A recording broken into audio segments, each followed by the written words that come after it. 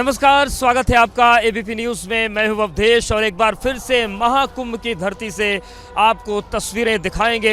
आज महाकुंभ का 25वां दिन है, लेकिन आज रौनक कुंभ में बहुत ज़्यादा। एक बार दिखा देते हैं किस तरीके से श्रद्धालुओं की भीड़ जो है वो संगम नोस पर उमड़ी हुई है। और मौनी अमावस्या के बाद बसंत पंचमी का त्यौहार आया, लेकिन आज की भीड़ उन सब बसंत पंचमी पर भी भारी पड़ती हुई नजर आ रही है। बड़ी संख्या में स्नानार्थी जो है वो संगम स्नान के लिए पहुंचे हैं। तेज हवाएं चल रही हैं, ठंडा मौसम है, लेकिन जो आस्था का सैलाब है उस पर कोई फर्क नहीं है। इन सब के बीच महाकुंभ भले ही अब अपने समापन की ओर बढ़ रहा है, लेकिन आध्यात्म की तस्वीरें रोज विहंगम हो रही हैं। और इन्हीं विहंगम होती तस्वीरों के बीच प्रधानमंत्री नरेंद्र मोदी भी पहुंचे। उन्होंने स्नान किया, डुबकी लगाई और प्रार्थनाएं की। तमाम तस्वीरें आपको दिखाएंगे और बताएंगे कि महाकुंभ में क्या चल रहा है। तो महाकुंभ में जिस तरीके से आस्था का सैलाब उमड़ रहा है, उसका हिस्सा बनने के लिए प्रधानमंत्री नरेंद्र मोदी भी कल पहुंचे और उन्होंने डुबकी लगाई। एबीपी न्यूज़ की पूरी टीम उस पल को अपने कैमरे में कैद कर रही थी कि कैसे प्रधानमंत्री ने डुबकी लगाई, पूजा अर्चना की और आस्था के रंग में वो डूबे हुए नजर आए।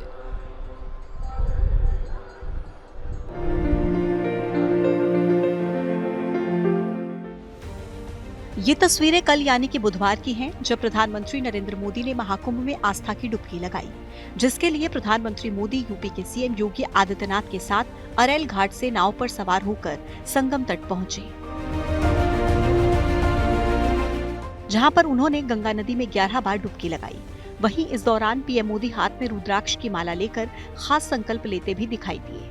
प्रधानमंत्री मोदी ने गंगा स्नान के दौरान भगवा रंग की जैकेट पहन रखी थी और इस दौरान उन्होंने करीब 8 मिनट तक मां गंगा की पूजा की। वहीं इस दौरान वो पुरोहित के साथ ही आरती गुनगुनाते भी दिखाई दिए। प्रधानमंत्री मोदी को पूजा कराने वाले पुरोहितों में राजेश तिवारी भी शामिल थे, जिनसे एबीपी न्यूज संवाददाता मोहम्मद मोइन ने एक्सक्लूसिव बातचीत की। षोडशोपचार पूजा कराई हम लोगों ने उनसे और कम से कम 15 मिनट तो उन्होंने स्नान किया, 11 डुबकी लगाई, मंत्रों का उच्चारण किया और फिर 7-8 मिनट में हमारी पूजा हुई। 2 मिनट की आरती हुई। आरती में वो खुद हम लोगों के साथ आरती गा रहे थे। पहली बार लाइव चल रहा था, देख रहे थे लोग कि हम लोग प्रधानमंत्री जी के साथ आरती गा रहे थे। पीएम मोदी को पूजा कराने वाले पुरोहित ने यह भी बताया कि उन्होंने गंगा पूजन के दौरान भारत की समृद्धि और विश्व शांति की कामना भी की। वो आए और गंगा जी में स्नान किए, 11 डुबकी लगाई मानव देश कल्याण के लिए। और कुंभ में अभी ऐसा दोबारा ना हो, इसका उन्होंने मनोकामना की, गंगा जी से प्रार्थना की और 11 डुबकी लगाई। मौन होके 108 मंत्रों का जाप किया। उसके बाद वो आए, फिर गंगा आरती की, गंगा जी का पूजन किया। उन्होंने अपने लाए हुए चीजों का गंगा जी को समर्पित किया। प्रधानमंत्री नरेंद्र मोदी के प्रयागराज महाकुंभ में स्नान को लेकर साधु संत भी बेहद खुश नजर आए।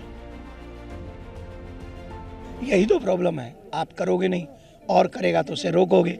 आप सिर्फ सनातन को पीछे छोड़ना चाहते हो, ये ठीक नहीं।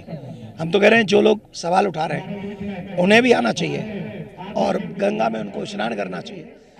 जिस देश का लीडर 100 करोड़ सनातनियों को लीड करते हुए धार्मिक विषय में भी लीड करता हो, इस पे हम लोगों को प्राउड है। प्रधानमंत्री मोदी ने साल 2019 में आयोजित महाकुंभ में भी आस्था की डुबकी लगाई थी और इस बार भी उनके महाकुंभ में स्नान की तस्वीरों ने लोगों का दिल जीत लिया है। प्रयागराज से मोहम्मद मोइन के साथ bureau report, ABP news. Mahakumbh में परंपराओं की अद्भुत तस्वीरें दिख रहे हैं। हालांकि अब तीनों अमृत स्नान संपन्न हो गए और संतों के प्रस्थान का दौर शुरू हो गया है। 21 दिन हालांकि बचे हैं, लेकिन अखाड़ों की जो परंपरा है प्रयागराज महाकुंभ में, वो शिवरात्रि का स्नान वाराणसी में करते हैं, लेकिन महाकुंभ से प्रस्थान से पहले भी कई विहंगम तस्वीरें दिखती हैं और एक ऐसी परंपरा का विराट स्वरूप निरंजनी अखाड़े में देखने को मिला। आप भी देखिए।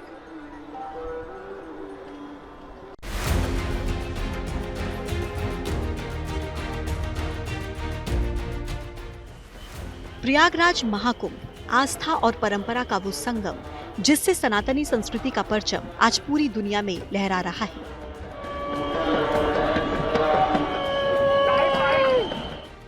वहीं महाकुंभ में सनातन संस्कृति का एक और रंग दिखाई दिया, जिसे साधु संत समष्टि कहते हैं। समष्टि का अर्थ होता है समदृष्टि, यानी एक भाव। वहीं समष्टि महाकुंभ में आयोजित होने वाला ऐसा महाभोज है जिसमें हजारों की संख्या में पंगत लगती है और यहाँ पर छोटे बड़े सभी साधु संत एक साथ भोजन करते हैं। समष्टि का मतलब है सम, बराबर, समदृष्टि से। समष्टि में सारे संत एक साथ बैठते हैं। नियमानुसार समष्टि में छोटे बड़े का कोई अंतर नहीं रहता, सब एक साथ बैठकर भोजन करते हैं और एक साथ ही बैठते हैं, अनुशासन के साथ, तो एक ही साथ उठते हैं। क्या समष्टि को लेकर कुछ अलग से नियम है, कैसे होती है, कितनी विशाल होनी चाहिए? समष्टि का नियमावली है कि ज़्यादा से ज़्यादा लोग आए भंडारे में, अच्छा लगता है।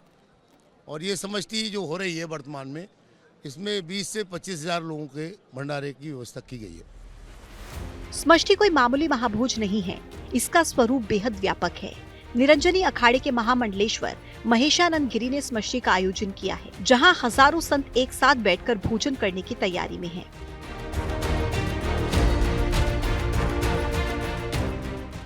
यहाँ पर साधु संतों के लिए 8 क्विंटल मिक्स वेज तो 8 क्विंटल पनीर की सब्जी तैयार की गई है। और इस महाभोज में क्या है खास, जायजा लिया हमारे संवाददाता अवधेश मिश्र ने।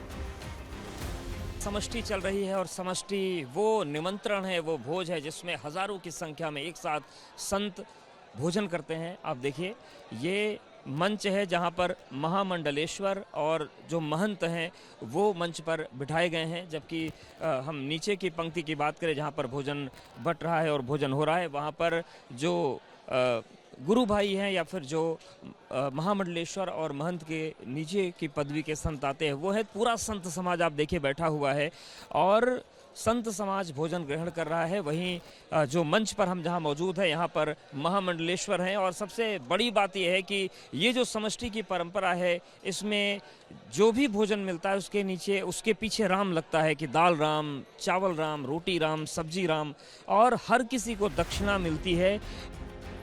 समष्टि यानी महाकुंभ में आयोजित होने वाले महाभोज में भोजन के साथ ही संतों को दक्षिणा देने और उनका सम्मान करने की परंपरा है। वहीं इस महाभोज में बैठने की क्रम की बात करें तो मंच पर महंत महामंडलेश्वर बैठते हैं और जो गुरु भाई हैं वो जमीन पर बैठकर भोजन करते हैं।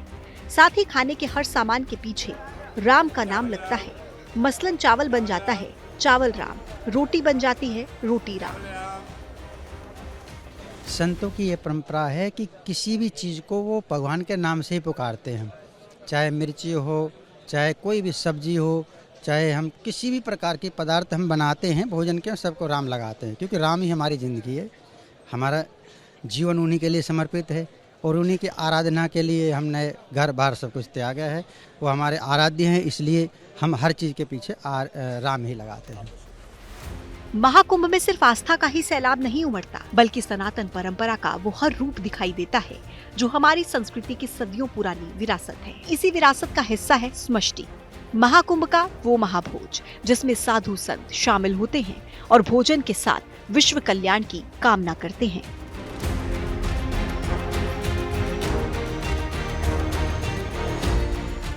प्रयागराज से अवधेश मिश्र के साथ ब्यूरो रिपोर्ट, एबीपी न्यूज।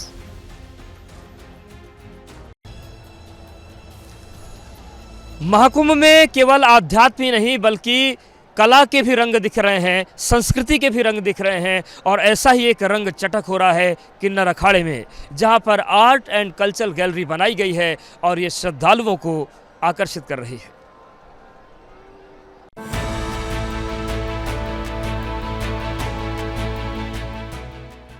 तीर्थ नगरी प्रयागराज में आयोजित महाकुंभ कई मायनों में खास है। जहां एक और श्रद्धालुओं का सैलाब उमड़ता दिख रहा है, तो वहीं आस्था और धर्म के साथ साथ कई दूसरे रंग भी देखने को मिल रहे हैं। ऐसी ही एक कवायद की है किन्नर अखाड़े में, जिसके कैंप में आर्ट एंड कल्चर गैलरी की शुरुआत की गई।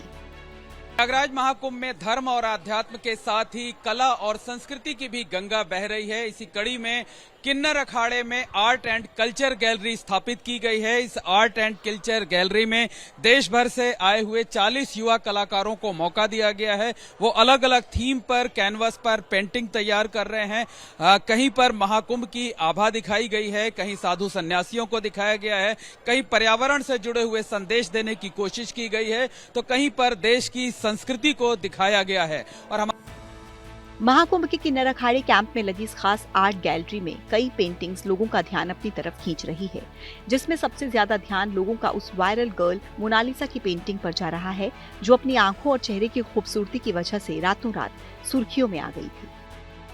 यहाँ पर एक खास पेंटिंग है, ये पेंटिंग मोनालिसा की है। वो मोनालिसा जो प्रयागराज महाकुंभ में छत्तीसगढ़ मध्य प्रदेश के खरगोन से आकर के यहाँ पर माला बेचने का काम करती थी, लेकिन अपनी खूबसूरती को लेकर खासी चर्चा में आई, वायरल हो गई और उसके बाद उसे प्रयागराज छोड़कर वापस मध्य प्रदेश जाना पड़ा। लेकिन अच्छी बात यह है कि महाकुंभ से उसको जो लोकप्रियता मिली, उसके बाद मोनालिसा को अब फिल्मों में काम मिल गया है। तो मोनालिसा की ये मुस्कुराती हुई पेंटिंग यहां पर बनाई गई है, जिसे आप देख सकते हैं कि बिल्कुल उसी अंदाज में जो है, जिस अंदाज में मोनालिसा मुस्कुराती हुई नजर आती थी, हाथ में आप देख सकते हैं कि जिन मालाओं को वो बेचती थी, वो माला उसके हाथ में यहां पर पड़े दिखाया गया है।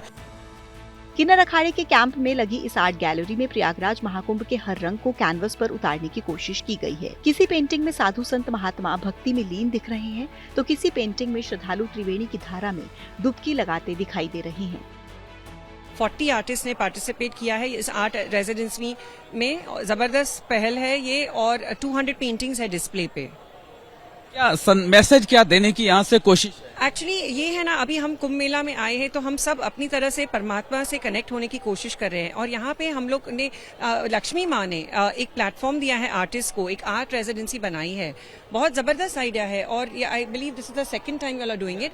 तो उनको जो भी प्रेरणा होती है अपने आत्मा से, अपने परमात्मा से कनेक्ट करने के लिए, वो अपने हिसाब से वो ही कैनवस पे ट्रांसलेट करके पेंट कर रहे हैं। तो हर एक आर्टिस्ट की प्रेरणा अलग होगी, तो बहुत अलग अलग सब्जेक्ट्स है, और यहाँ पे फ्रीडम ऑफ एक्सप्रेशन है, क्योंकि किसी को नहीं बताया है कि यही टाइप का पेंटिंग बनाना है। महाकुंभ में किन्नर अखाड़े के कैंप में लगी आर्ट गैलरी कई मायनों में खास है, जिसमें आने वाले श्रद्धालुओं को महाकुंभ के सभी रंग देखने को मिल रहे हैं। ये आर्ट गैलरी आम श्रद्धालुओं के लिए 26 फरवरी यानी कि महाशिवरात्रि तक खुली रहेगी। वहीं महाकुंभ में किन्नर अखाड़े का कैंप भी 26 फरवरी तक चलेगा। प्रयागराज से मोहम्मद मोइन के साथ bureau report, ABP news.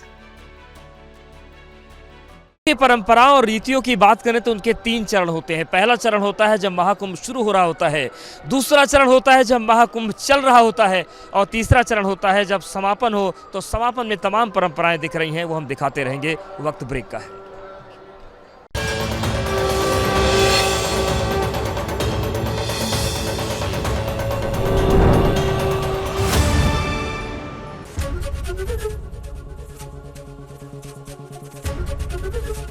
ABP Ganga, खबर आपकी, जुबान आपकी।